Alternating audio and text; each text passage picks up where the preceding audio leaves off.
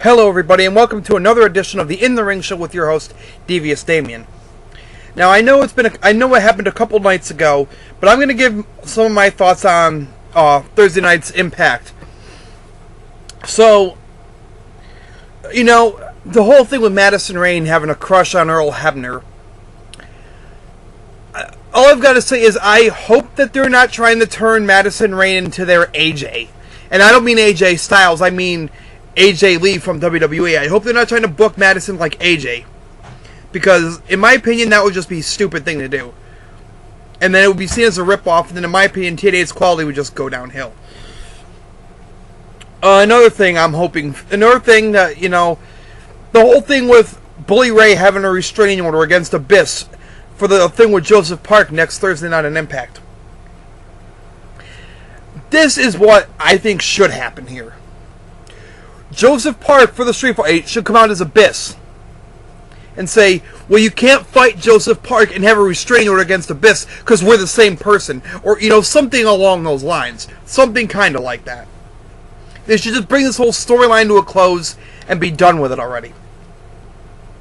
Speaking of storylines that have gone on for far too long that, you know, was touched upon yet again on this whole thing of Impact, is the whole thing with AJ and Daniels and this whole little fucking secret that, you know, it's been one after another after another.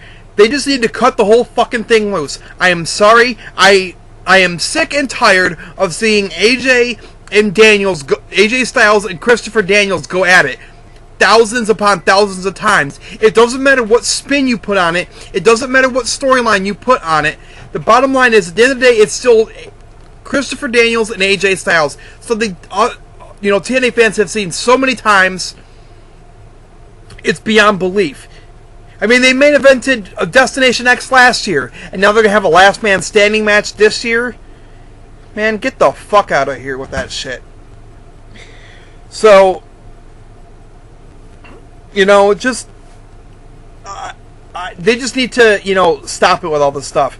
And, you know, the whole thing with the mystery men being, I don't know if they're going to be revealed, but I hope they get revealed soon, so then, you know, that gets cleared up. Another thing, you know, I really like the ending segment between Bobby Roode and Austin Aries. Now, you know what I think TNA should do at the pay-per-view tomorrow night? I almost guarantee they won't do it, but this is what they should do. I think Austin Aries should win the title tomorrow night. Will he? Of course not. Now, here's why I think Austin Aries should win the belt tomorrow night.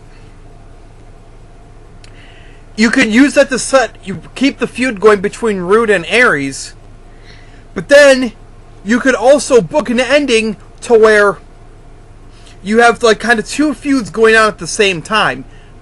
You could have a thing where Roode's trying to cheat to win, out comes James Storm, hits him with the last call super kick, Aries takes advantage, pins him 1, 2, 3, Aries is the new TNA World Heavyweight Champion. So then you get Aries and Roode feuding, but then you also keep that whole Storm and Roode feud going on. Because the last time they faced one-on-one at the last pay-per-view, Lockdown, you kind of got left thinking that nothing really got settled there. So, you know, you kind of left that door open for, you know, Roode and Storm to keep feuding. And speaking of James Storm, at the time I wasn't a big fan of his losing to Jeff Hardy on Impact. But then, you know, something the Schleg Daddy from Off the Ropes show said. And after he said it and I thought about it, I realized he's right. They've got to keep this thing competitive. They've got to kind of make you think this is a competitive thing. Because if they just kept having James Storm beat everybody that got put in front of him, then it would just be a runaway thing and the Bound for Glory series would look like a joke. So, you know, is James Storm going to be the eventual winner of it? Well, of course. But, you know, to make it look competitive, he's probably going to drop a match or two here. He's probably going to drop a match or two along the way. But, let's face it, we all know that James Storm is going to win the thing, and Bobby Roode will, of course, keep the belt tomorrow night, even though I think it defies all logic and it would just be stupid. You know, to Bill Austin Aries up just to shoot him down again. You know, I mean, that's just my opinion. You know, I just think that, you know, Austin Aries, now is his time to, you know, have his chance to shine. You know, now I know some of you will say, well, if Austin Aries wins the belt, how are you going to have Roode versus Storm at Bound for Glory for the title? Simple. Aries wins it tomorrow night. Let him hold it for a month or two or whatever. Storm gets it back, or excuse me, not Storm, but Roode gets it back before Bound for Glory. And then you have Roode versus Storm for the belt at Bound for Glory. Simple as that. It's not that hard of a thing to do. You know, so those are just my thoughts about, you know, Impact and, you know, the pay-per-view. And, you know, the Destination X match. Or not Destination X, excuse me, Ultimate X or whatever the hell they're having. You know, I think Kenny King should win that and become the new X Division champion. Is that the route they'll go in? I don't know. But anyway. So what did you think of Impact? What do you think is going to happen tomorrow with Destination X? You know, I didn't do a full-blown review of Impact, only because, like I said before, so many people do reviews, it's kind of redundant, so I'm just kind of doing my thoughts on it. So what do you think of Impact? What do you think is going to happen at the pay-per-view tomorrow night? Who do you think should win the match between Aries and Roode?